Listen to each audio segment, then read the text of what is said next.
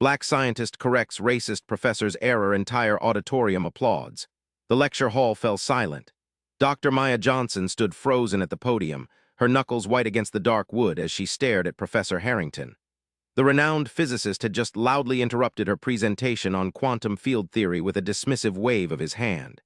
"Miss Johnson," he said, emphasizing the miss despite her doctorate, "I appreciate your enthusiasm, but that calculation is fundamentally flawed.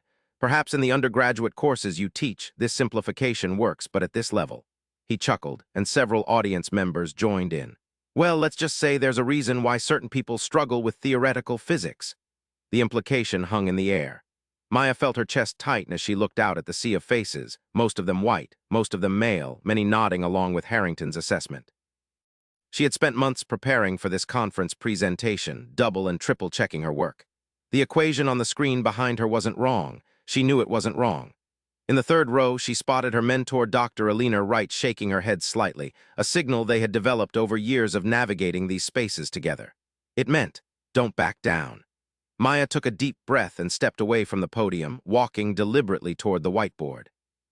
The microphone clipped to her blazer captured her steady footsteps in the suddenly silent hall. "Actually, Professor Harrington," she said, picking up a marker, "I'd like to walk through this calculation step by step." Her voice didn't waver as she added, "And it's Dr. Johnson." The tension in the room was electric as Maya began writing on the board, her mind racing not just with equations but with the weight of the moment. Everything she had worked for, every barrier she had broken through to stand on this stage, seemed to hang in the balance. She could feel Harrington's cold stare boring into her back. But let's go back to how this all started. It was just 3 hours earlier when Maya had arrived at the National Physics Conference, unaware that this day would change the trajectory of her career forever. 3 hours earlier, Maya pulled her car into the parking lot of the Westfield Conference Center. The sprawling modern building gleamed in the morning sunlight, its glass facade reflecting the cloudless blue sky. She checked her watch, a vintage Timex her father had given her when she earned her doctorate, and noted she was exactly 45 minutes early, just as she had planned. "You've got this," she whispered to herself, adjusting the rearview mirror to check her appearance one last time. At 42, Dr. Maya Johnson had become accustomed to being underestimated. As one of the few black women in theoretical physics, she had learned early on that she needed to be twice as prepared, twice as confident, and twice as resilient as her colleagues. She gathered her materials, her laptop, presentation notes, and the small wooden figurine her grandmother had carved for her as a good luck charm. The tiny Einstein with his wild hair always made her smile. Her grandmother, who had cleaned university buildings her entire life and never had the opportunity for higher education herself, had followed Maya's academic journey with fierce pride. As Maya walked toward the entrance, she spotted a familiar figure waiting by the doors, Dr. Alina Wright, her former advisor and now colleague at Westridge University. At 73, Alina still had the sharp eyes and quick mind that had made her a pioneer for women in physics during the 1970s. "There she is," Alina called out, her silver bob gleaming in the sunlight. "The woman of the hour." They embraced warmly, and Maya felt some of her tension dissolve. Alina had been fighting these battles for decades longer than Maya had been alive. "How are you feeling?" Alina asked, linking her arm through Maya's as they walked into the building. "Like I might throw up," Maya admitted with a small laugh. "That's normal. I felt the same way when I presented my first major paper at a conference like this." It was 1978, and let me tell you the looks I got when I walked onto that stage. Alina shook her head. "But you've got something I didn't have back then." "What's that?" "Me," Alina said with a wink, "and about 30 more years of women proving we belong in these rooms." The conference center lobby buzzed with activity. Clusters of physicists, predominantly white men in blazers or button-up shirts, stood in conversation, many of them with the particular animated energy that comes from discussing complex theories with equally passionate colleagues. Maya noticed several young academics glancing her way, some with recognition in their eyes. Her recent paper on quantum field inconsistencies had generated significant interest in the field, which was why she had been invited to present today. It was potentially career-defining work. "Dr. Johnson?" A young man approached, his conference badge identifying him as a graduate student from MIT. "I'm sorry to interrupt, but I just wanted to say your paper on the harmonic oscillator approach was brilliant. It helped me rethink my entire thesis approach." Maya smiled genuinely. "Thank you, that means a lot." As the student walked away, Alina nudged her. See, the next generation gets it. It's just some of the old guard you need to worry about. Speaking of the old guard, Maya nodded toward the far side of the lobby where a distinguished-looking man in his 60s held court among a group of attentive listeners. Ah, the great Professor Richard Harrington, Alina said, her voice dropping to a whisper. Princeton's pride and joy, 3 decades of brilliant work and an ego to match. Maya had never met Harrington in person, but his reputation preceded him. A theoretical physicist with groundbreaking work in quantum mechanics, he was also known for his dismissive attitude toward what he called diversity candidates in the sciences. He had never explicitly spoken against women or minorities in physics, but his pattern of criticism and his support for colleagues with questionable views spoke volumes. He's on the panel reviewing the Harrison grant applications, Maya said quietly. The grant I applied for. The Harrison grant was a prestigious 5-year funding opportunity that would allow Maya to expand her research team and potentially make significant advances in her field. It would also mean security and recognition that were still all too rare for someone like her. Don't let him intimidate you, Alina advised. Your work stands on its own merit. They made their way to the conference hall where Maya would be presenting.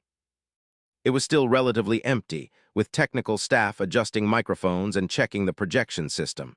Maya walked to the podium, setting down her materials and connecting her laptop to test the presentation.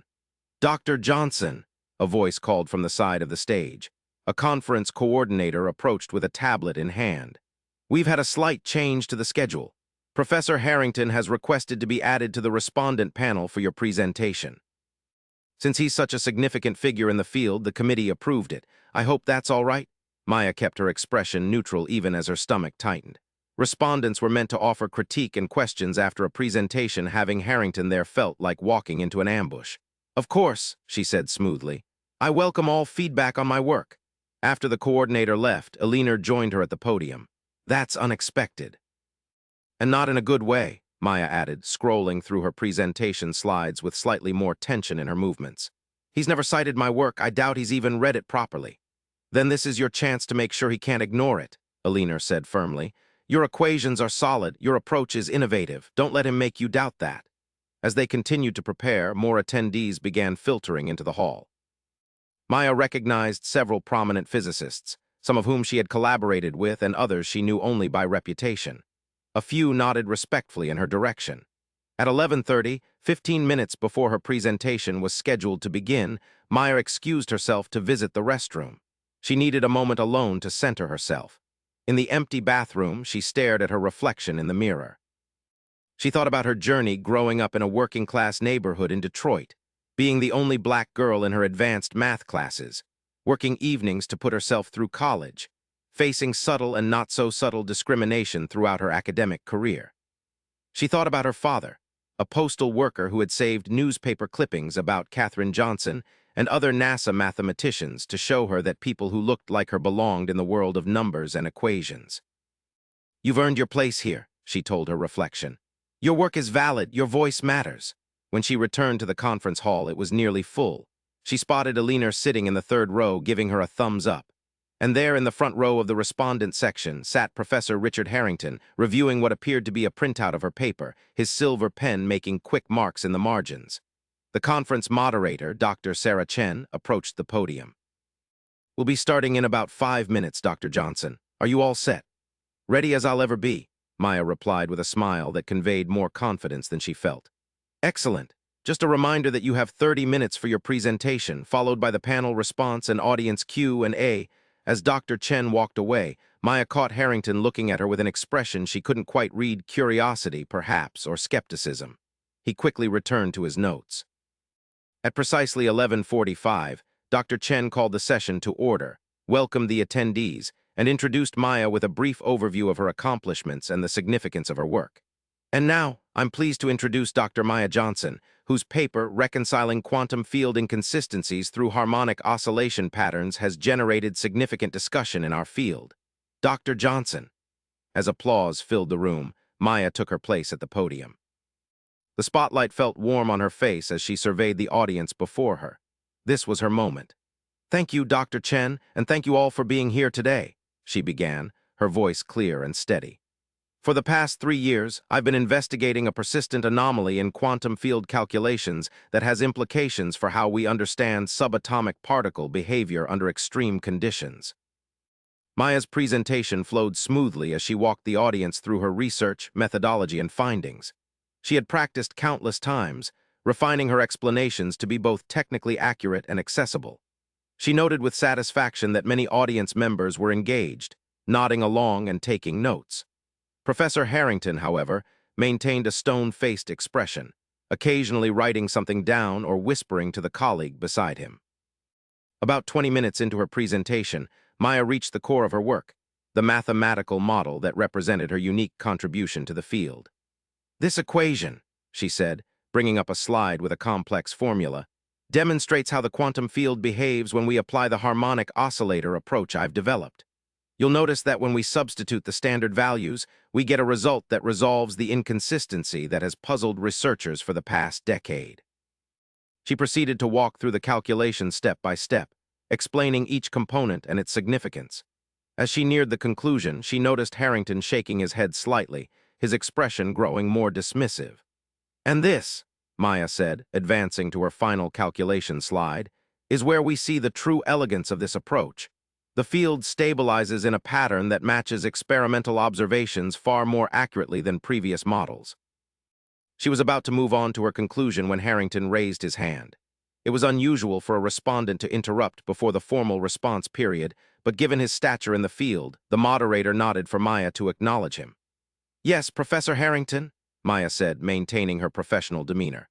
"Miss Johnson," he said, emphasizing the miss despite her doctorate, "I appreciate your enthusiasm, but that calculation is fundamentally flawed.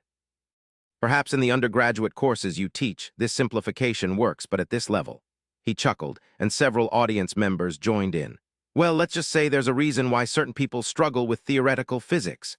The lecture hall fell silent. Maya stood frozen at the podium, her knuckles white against the dark wood as she stared at Professor Harrington. In the third row, she spotted a leaner shaking her head slightly, their signal, "Don't back down." Maya took a deep breath and stepped away from the podium, walking deliberately toward the whiteboard. The microphone clipped to her blazer captured her steady footsteps in the suddenly silent hall. "Actually, Professor Harrington," she said, picking up a marker, "I'd like to walk through this calculation step by step." Her voice didn't waver as she added, "And it's Dr. Johnson." The tension in the room was electric as Maya began writing on the board. She started with the fundamental equation, her marker moving confidently across the white surface. "The standard approach," she explained, "would indeed lead to the inconsistency you're referring to.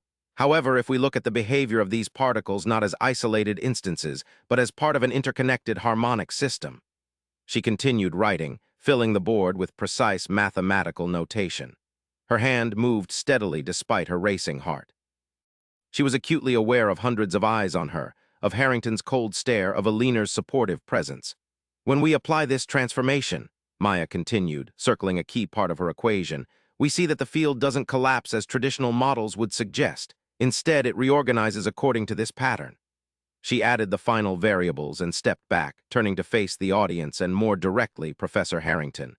"This isn't a simplification, Professor.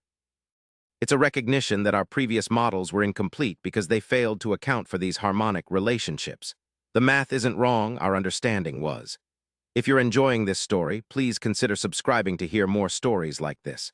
The silence that followed seemed to stretch forever. Maya could hear her own heartbeat in her ears. Then, from the back of the hall, someone began to clap. Others joined in, the applause spreading through the room like a wave. Harrington remained seated, his face a mask of conflicting emotions. The colleague beside him leaned over, pointing to something in the notes and whispering urgently. Harrington frowned, pulled out his own calculator, and began checking the figures. Dr. Chen approached the microphone. "Thank you, Dr. Johnson, for that illuminating clarification. Professor Harrington, would you like to continue your response?" All eyes turned to Harrington. He was still reviewing the calculations, his brow furrowed in concentration. Finally, he looked up, his expression unreadable. "I would like to reconsider my assessment," he said carefully. "Dr. Johnson's approach is unconventional, but I need to examine these calculations more thoroughly before offering further critique." It wasn't an apology or a concession, but in the world of academic physics, it was significant. Maya returned to the podium, completed her presentation, and fielded questions from other respondents and audience members with renewed confidence. When the session ended, Maya was immediately surrounded by colleagues congratulating her and asking follow-up questions. She noticed Harrington slip out of the hall without approaching her, his expression troubled. Alina made her way through the crowd to Maya's side. "That," she said with undisguised pride, "was masterful. You didn't just defend your work, you educated him in front of everyone, and you did it with grace." "I'm still shaking," Maya admitted quietly. "No one could tell," Alina assured her. "Come on, let's get some lunch. You've earned it." As they made their way toward the exit, Dr. Chen intercepted them. "Dr. Johnson, that was quite a presentation. The committee chair for the Harrison grant is very impressed. He was in the audience." Maya's heart skipped a beat. "I didn't know. Sometimes these things work out for the best," Dr. Chen said with a smile. "Oh, and Professor Harrington asked me to give you this." She handed Maya a folded note. "Enjoy your lunch." Maya waited until they were in the conference center cafe to read the note. It was brief, written in Harrington's precise handwriting. "Dr. Johnson, I would appreciate the opportunity to discuss your work further. Room 237, 2:30 p.m. Alina read the note over Maya's shoulder. "Are you going to go?" Maya considered the question carefully. "Yes," she finally decided. "But I'm bringing my research notes. This isn't a social call, it's a professional discussion." "Want me to come with you?" Alina offered. Maya shook her head. "I need to handle this myself." They spent lunch reviewing what had happened and preparing for the meeting with Harrington. Maya knew this conversation could be pivotal for her career, either opening doors or closing them permanently. At exactly 2:30 p.m., Maya knocked on the door of room 237, a small meeting room in the conference center's west wing. She had changed into her backup blouse after spilling coffee on herself at lunch, a minor mishap that she chose to interpret as releasing nervous energy rather than a bad omen. "Enter," came Harrington's voice from inside. The room was set up for small group discussions with a round table and 6 chairs. Harrington sat alone, papers spread before him, including what appeared to be her published paper with extensive handwritten notes in the margins. "Dr. Johnson," he said, rising as she entered. "Thank you for coming." "Professor Harrington," she acknowledged, taking a seat across from him and placing her research binder on the table. "You wanted to discuss my work?" "Yes." He seemed uncomfortable, fidgeting with his pen before setting it down deliberately. "I've been reviewing your calculations more thoroughly. Your approach to the harmonic oscillator model is not what I expected." Maya waited, saying nothing. "I've spent 30 years working with traditional quantum field models," he continued. "When you see something that contradicts established thinking, the natural response is skepticism. Skepticism is valuable in science," Maya agreed. "Dismissal is not." Harrington winced slightly at her directness. "Fair point." He pushed his notes toward her. "I've gone through your calculations again. The mathematics is sound. Your approach is innovative." Coming from Harrington, this was significant praise, but Maya sensed there was more. "But," she prompted. "But I'm troubled by the implications," he admitted. "If your model is correct, and I'm not fully conceding that it is, then much of the work done in this field over the past decade, including some of my own, would need to be reconsidered." Maya nodded. "That's often how science progresses, Professor. Einstein's work required us to reconsider Newton's. That doesn't diminish Newton's contributions, it builds upon them." Harrington studied her for a moment. "You're not what I expected, Dr. Johnson." "What did you expect?" He hesitated. "Someone less confident, less prepared to defend their work." "Because I'm a black woman in physics?" Maya asked directly. The question hung in the air between them. Harrington looked genuinely uncomfortable. "I've never considered myself prejudiced," he said finally. "I've always believed that science should be about merit, about the quality of the work, not the person producing it." "And yet," Maya observed, "you referred to me as Miss despite my doctorate. You implied I should stick to teaching undergraduates, and you suggested certain people struggle with theoretical physics. What should I infer from that, Professor?" Harrington's face flushed. That was unprofessional of me. I apologize." Maya was surprised by the directness of his apology, but she kept her expression neutral. "I appreciate that, but I'm more interested in discussing the science." "As am I," Harrington said, seeming relieved to return to familiar territory. "Your harmonic approach, have you considered its applications to quantum entanglement phenomena?" For the next hour, they engaged in a deep technical discussion of Maya's work. Harrington challenged her assumptions and methods, but this time with genuine scientific curiosity rather than dismissive skepticism. Maya defended her approach confidently, occasionally conceding points where Harrington's experience offered valuable insights. As their discussion wound down, Harrington leaned back in his chair. You've given me a lot to think about, Dr. Johnson. I may need to revisit some of my own recent papers in light of your findings. Science is collaborative even when we work independently, Maya replied. We build on each other's insights, and sometimes we correct each other's oversights. Harrington nodded slowly. There's one more matter I wanted to discuss. He pulled out another folder. I understand you've applied for the Harrison grant. Maya's pulse quickened. Yes, I have. As you know, I'm on the review committee. He opened the folder, revealing what appeared to be grant applications. Your proposal is exceptionally strong. It extends the work you presented today in promising directions. Thank you, Maya said cautiously, unsure where this was heading. After our exchange this morning, I was planning to recuse myself from evaluating your application to avoid any appearance of bias. Harrington looked directly at her.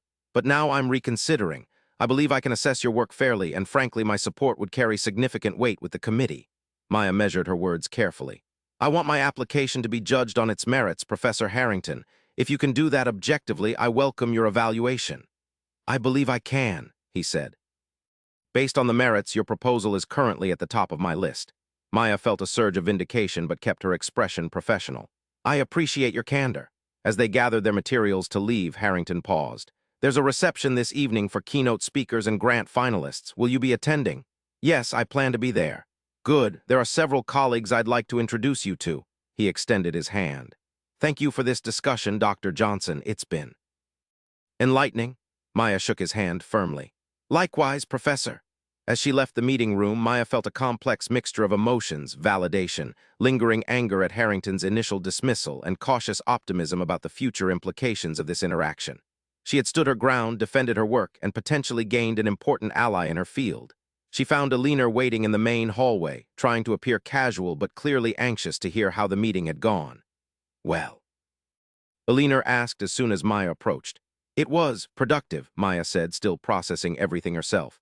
He apologized for his behavior this morning. We had a substantive discussion about my research, and apparently my Harrison grant application is at the top of his list. Alina's eyes widened. Maya, that's significant. Harrington rarely admits he's wrong about anything, let alone changes his position on grant funding. I know, Maya acknowledged, but I'm not celebrating yet. This is just one conversation. Actions matter more than words. Wise approach, Alina agreed. What's next? The reception tonight. Harrington wants to introduce me to some colleagues. Alina smiled. The real politics of academia. Just remember, you belong in those conversations just as much as anyone else. The afternoon continued with more conference sessions, though none as dramatic as Maya's presentation. She attended talks on related areas of physics, making notes about potential connections to her own research and occasionally contributing to discussions. Several colleagues approached her to compliment her handling of the morning's confrontation, which had apparently become the talk of the conference. By early evening, Maya returned to her hotel room to prepare for the reception. She changed into a navy blue dress, professional but elegant, and refreshed her makeup. As she fastened her mother's pearl earrings, she called home. How did it go? Her husband David asked as soon as he answered. A high school science teacher, he had been her steadfast support through years of academic challenges. It was eventful, Maya said, giving him a condensed version of the day's events. That's my girl, David said proudly, standing your ground in the face of Princeton's finest. It was terrifying, she admitted, but necessary. The kids want to say hi before bed, David told her. They've been dying to know how Mom's big presentation went. Maya smiled as her 12-year-old daughter Zora came on the line. Did you show them your quantum equations, Mom? I sure did, and you know what? They were impressed. Even the mean old professor Dad told us about, Maya laughed. Even him, eventually. After chatting with her 10-year-old son Marcus as well, Maya ended the call feeling grounded and reminded of why her work mattered beyond academic recognition. She was showing her children, showing all children who looked like them, that they belonged in these spaces too. The reception was held in the conference center's grand ballroom, transformed for the evening with elegant lighting and a jazz quartet playing softly in the corner. Physics might be Maya's profession, but the music touched something else in her soul. Her father had been an amateur saxophone player who filled their home with the sounds of Coltrane and Davis. Maya grabbed a glass of sparkling water from a passing server and surveyed the room.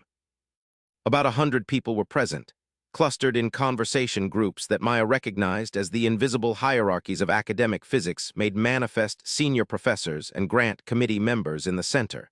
younger academics and grant hopefuls orbiting around them like planets around stars. Elena arrived a few minutes later, elegant in a crimson pantsuit that Maya had always admired. "Quite the gathering of physics royalty," she commented, nodding toward a group that included 2 Nobel laureates. "Indeed," Maya agreed. "Harrington said he wanted to introduce me to some people, but I don't see him yet." "Speak of the devil," Elena murmured, nodding toward the entrance where Professor Harrington had just arrived, accompanied by a silver-haired woman in an elegant black dress. "His wife," Maya guessed. "Yes, Dr. Margaret Harrington. Brilliant chemist in her own right, though she spent most of her career in her husband's shadow. Another woman who came up in the sciences during the 70s, like me." Maya watched as the Harringtons made their way through the room, stopping frequently as colleagues greeted them. Richard Harrington moved with the easy confidence of someone accustomed to being the most important person in any gathering. "Dr. Johnson," he called as he spotted Maya. "And Dr. Wright, good evening to you both." Introductions were made all around, and Maya found Margaret Harrington to be warm and engaging, asking insightful questions about Maya's research that suggested she had either attended the morning presentation or heard about it in detail. "Richard told me about your innovative approach," Margaret said. "It reminds me of my early work on molecular symmetry patterns. Sometimes the most important insights come from recognizing harmonies that others have overlooked." "Exactly," Maya agreed, pleasantly surprised by the comparison. "The mathematics reveals patterns that weren't obvious in isolation. There are several people here you should meet," Richard Harrington said, gesturing toward the room. "Dr. Abernathy from the National Science Foundation is here, as is Professor Chen from CERN. Both would be interested in your work." What followed was an hour of introductions and conversations that Maya could only have dreamed about previously. Harrington, now referring to her consistently and correctly as Dr. Johnson, presented her research in glowing terms to colleagues who held significant influence in the physics community. She found herself discussing potential collaborations, invited to submit to prestigious journals, and scheduled for visits to facilities that would advance her research. During a brief moment alone with Elena, Maya whispered, "Is this really happening?" "It is," Elena confirmed with a smile. "You're witnessing the Richard Harrington seal of approval in action. When he decides someone is worth his attention, doors open." "But why the complete turnaround?" Maya wondered. "This morning he was dismissing me in front of everyone." "People like Harrington value intellect above all else," Elena observed.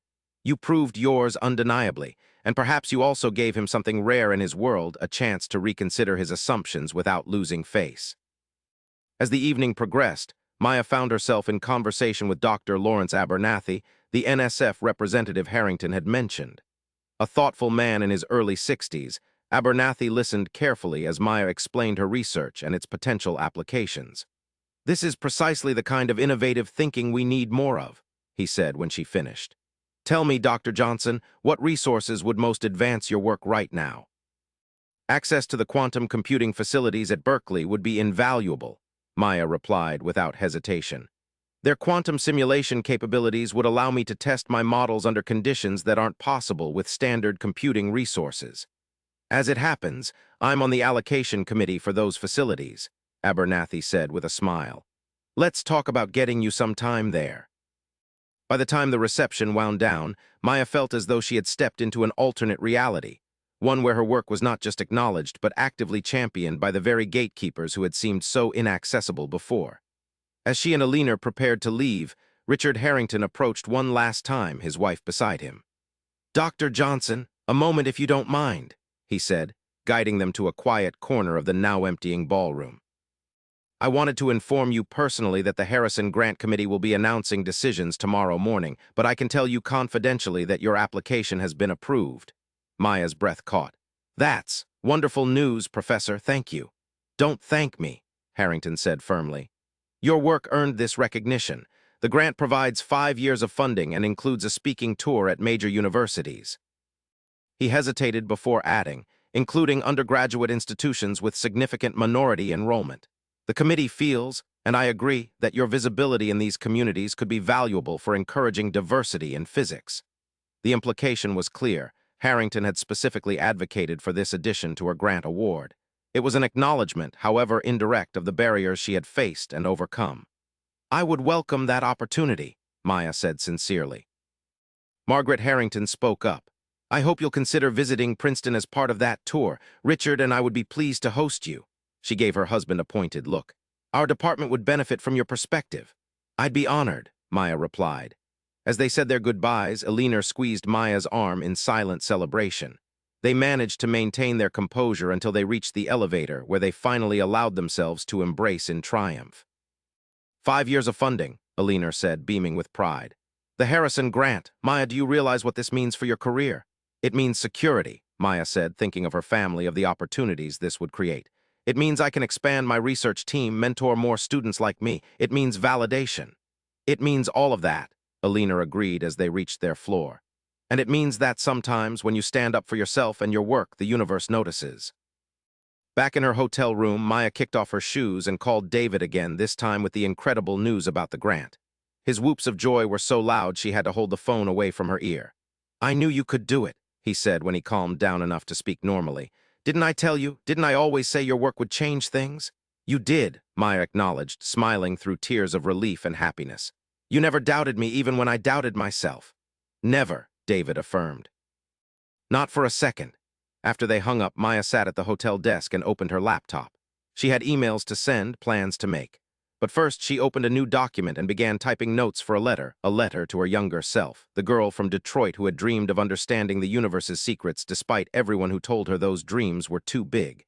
"Dear Maya," she wrote, "today you stood your ground. Today you showed them exactly who you are and what you know. Today you took your rightful place." The next morning, Maya woke early despite the late night. The official grant announcement would come at the closing session of the conference at 11 a.m., but her thoughts were already racing ahead to what this opportunity would mean for her research, her students, her family. She met Alina for breakfast in the hotel restaurant, both of them giddy with the secret knowledge of what was to come. "I've been thinking," Alina said as she stirred her coffee, "about what happened yesterday with Harrington." "What about it?" Maya asked. "In 40 years of academia, I've seen many brilliant men like him dismiss many brilliant women and people of color," Alina reflected. "But I've rarely seen one admit he was wrong so completely. You did something remarkable, Maya. You didn't just advance your own career, you might have actually changed how he sees people like us in physics." Maya considered this. Maybe, or maybe he just couldn't argue with the math. "Perhaps it's both," Alina suggested.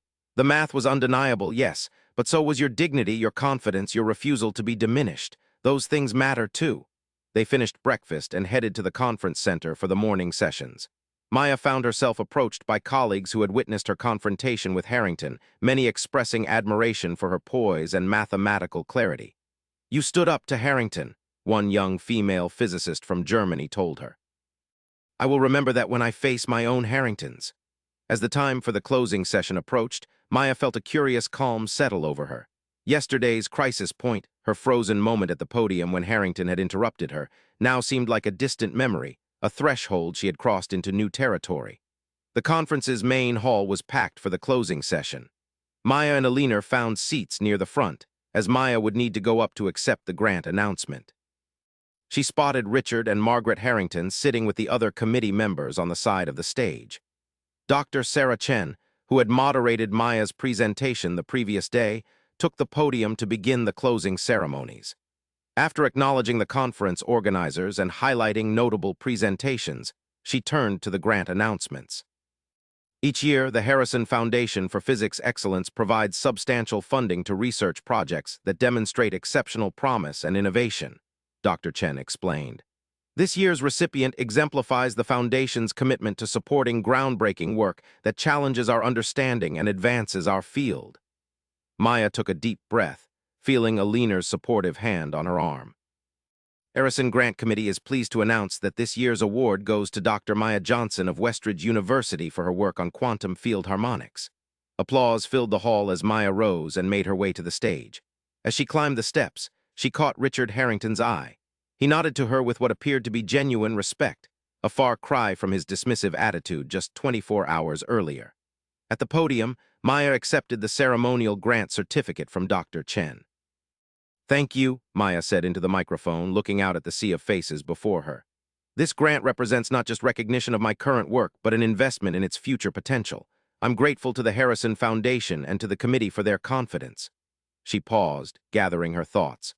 Physics is built on collaboration, on the exchange and testing of ideas. Sometimes that process is challenging. Sometimes it requires us to reconsider long-held assumptions. But that's how science advances, through rigorous questioning and openness to new perspectives. Her gaze found a leaner in the audience, then shifted briefly to Harrington. I look forward to continuing this work and to the collaborations that will emerge from it. Thank you.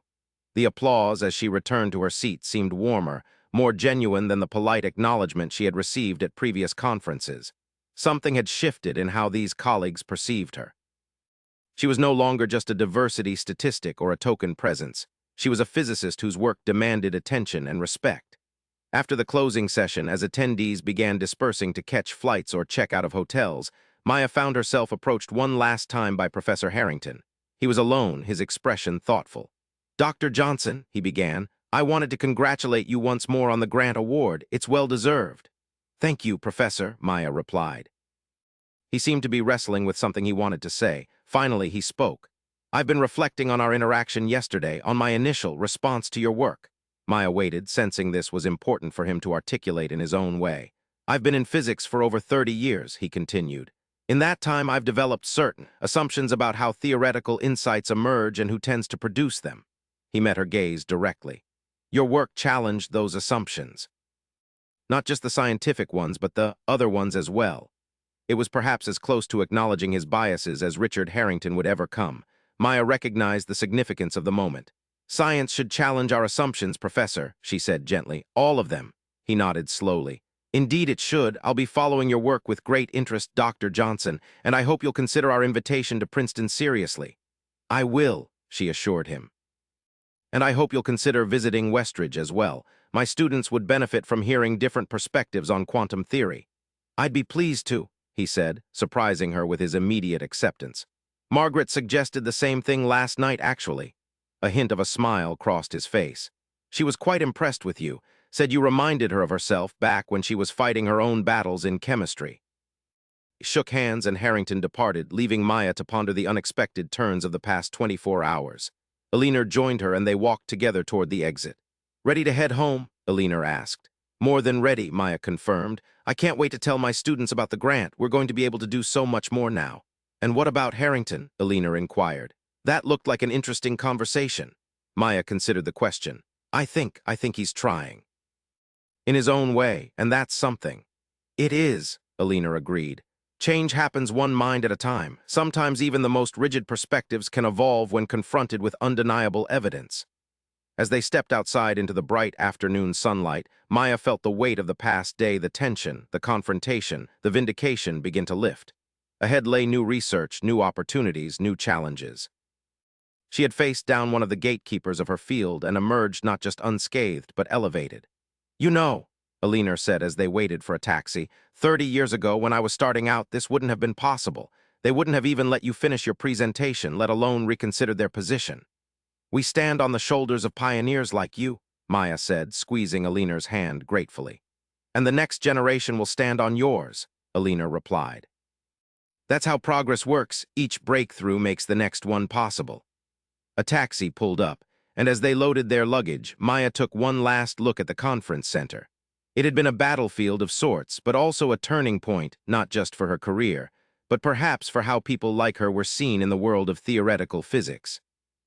She thought of her children, of her students, of all the young minds who might one day pursue their own scientific questions without facing the barriers she had encountered. There was still work to be done, both in physics and in expanding who was welcome to do that work. But today, at least, felt like a step forward on both fronts. "Ready?" Eleanor asked as they settled into the taxi. Maya nodded, turning away from the conference center and toward the future that awaited. "More than ready. Let's go." Now back to where we started. The lecture hall fell silent. Dr. Maya Johnson stood frozen at the podium, her knuckles white against the dark wood as she stared at Professor Harrington.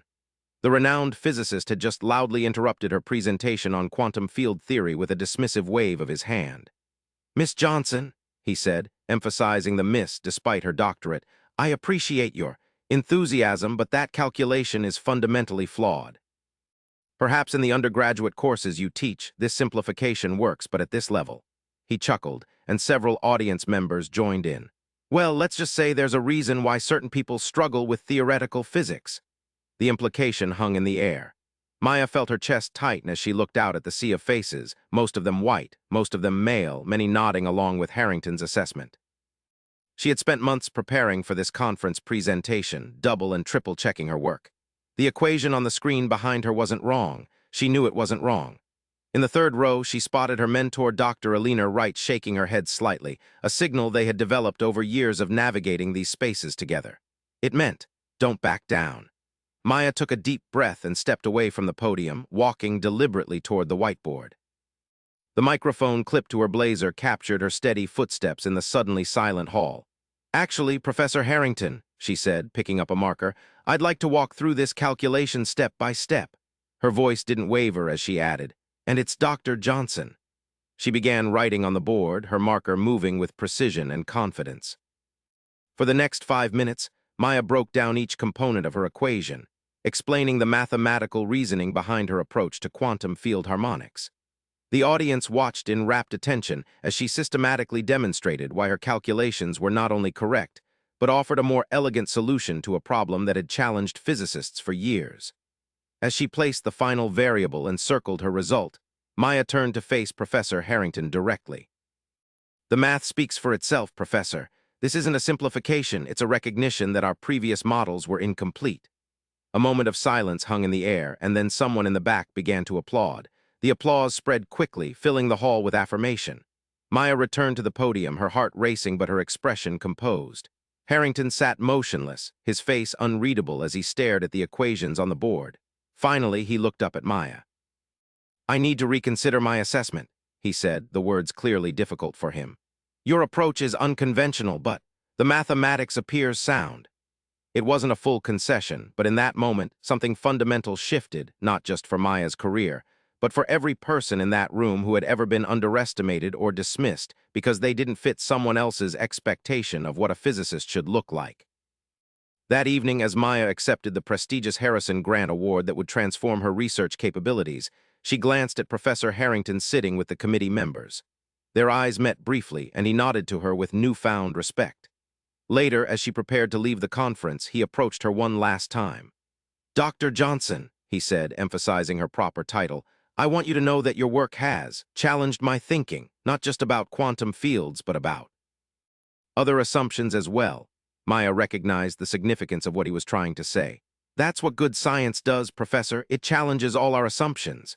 As she walked away, Maya thought of her students back at Westridge University, of her children at home, of all those who would come after her.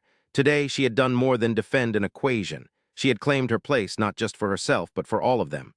"The math speaks for itself," she had said, and finally they had listened. Thank you for listening.